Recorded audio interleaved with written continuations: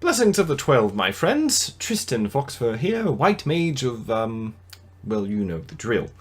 I thought we would do well to begin Tristan's helpful guide for the Wandering Adept with an overview of the cosmology and history of the world of Dura. There are, as you no doubt know, the 12 gods who preside over all of creation. Subject to know will say that of Ka, the iron law of the gods, which even they may not violate.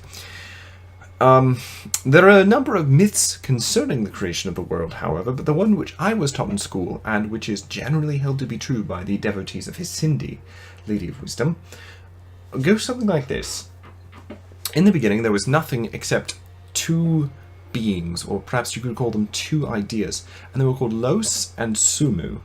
And you can think of Los as being sort of the domain of the mind, or perhaps pure thought.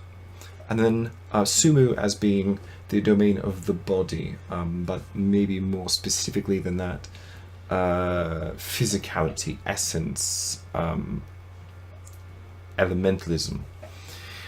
And these ideas organized, mind and body, organized everything in creation sort of around themselves until they perceived one another. And when they did, they saw, or at least believed, that their principles were incompatible.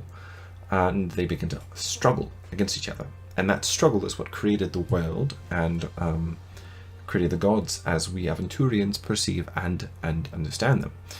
According to the mythology of the 12 gods, Los killed Sumu after a very long and bitter struggle. And when he realized what he had done, in his hatred and in his rage, he cried out with regret, and 12 drops of his blood fell upon Sumu's corpse and created the gods. Praus was the first of the gods to spring forth. Raya was the last. Praus, of course, is the king of the gods, the god of the sun. And everything else, everyone else, the various races, those are the tiers of Los. Well, that's the myth. The world itself, all that is commonly divided by scholars into 7 spheres. And if it helps, you can sort of think of these spheres as being different planes of existence, or different planes of being. But the truth is, it's more complicated than that. It's they're interrelated. They affect our lives in ways ordinary and extraordinary all the time. For instance, magic. Comes from the 6th sphere, the wall of stars, and for this reason magical energy is sometimes referred to as astral energy, astral having to do with the stars. It's an old Bosporan word, rather, excuse me. The Annals of the Age of the Gods, which are one of the holy texts of the Church of Hisindi, which I've read, it tells the story of how Mada, the mortal daughter of Hisindi and a mortal man, brought magic to Dura as sort of a gift for mortals, a way for them to partake in the unity of the spheres, which Mada thought that mankind was, or that mortal kind rather, was severed from. And this didn't go very well with Prios, king of the gods, and so he imprisoned her in the moon, which is why in Aventuria we call the moon Mada's sign. He imprisoned her in the moon as a warning to the hubris of future mortals. Now, whether or not that warning has proved effective, I leave you to judge. We mortals are not exactly known for our demure acceptance of our fates.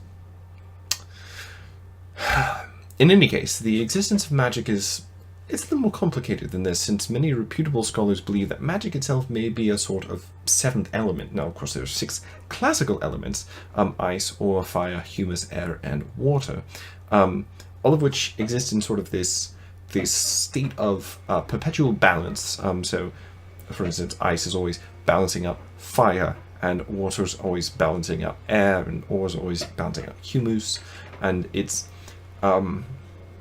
And so, if there's a 7th element, magic, then many scholars believe that demands that there must be an 8th element as well, something to balance it out, something you would call anti-magic. Since the other 6 elements must all exist together in balance as well. In any case, the existence of heptessence, which would be the 7th element, right, magic, and octessence, 8th element, anti-magic, as well as the very nature of magic itself, this is still a very hotly debated, and may I say, deeply fascinating issue. Oh dear, I seem to have wandered off. Where was I? Oh yes, spheres. There are 7 spheres. They're all united, but each separated by the deeply magical and extremely deadly medium of limbo. And they are the first sphere, which is where the heart of the world is. That's where Ka's law of the world resides. The second sphere, of course, is the plane of the elements. This is some say, the body of Sumu, of being.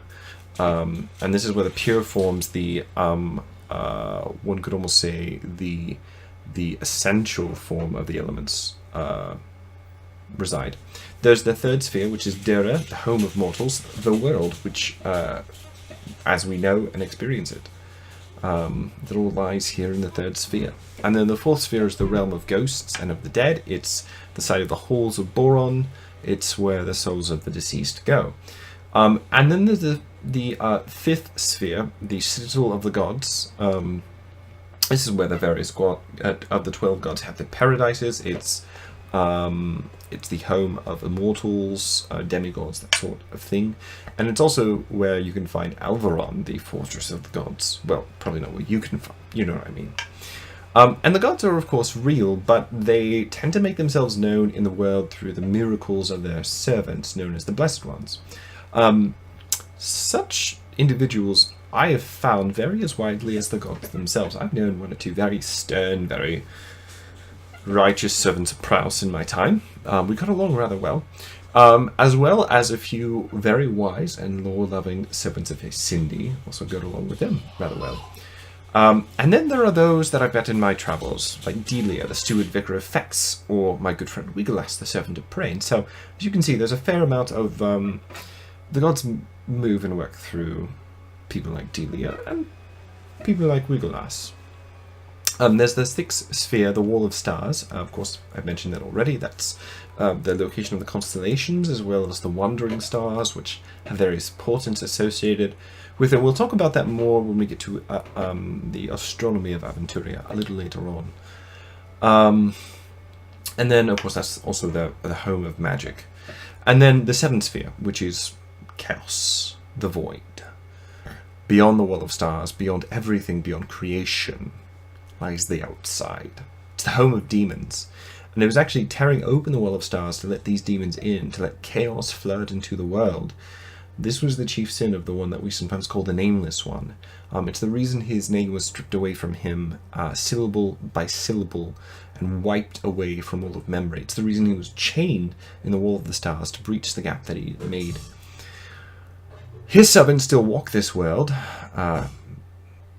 They do, young adventurer. They still walk this world. I've run into a few of them in my time, and occasionally I suspect that I may not be altogether free of them.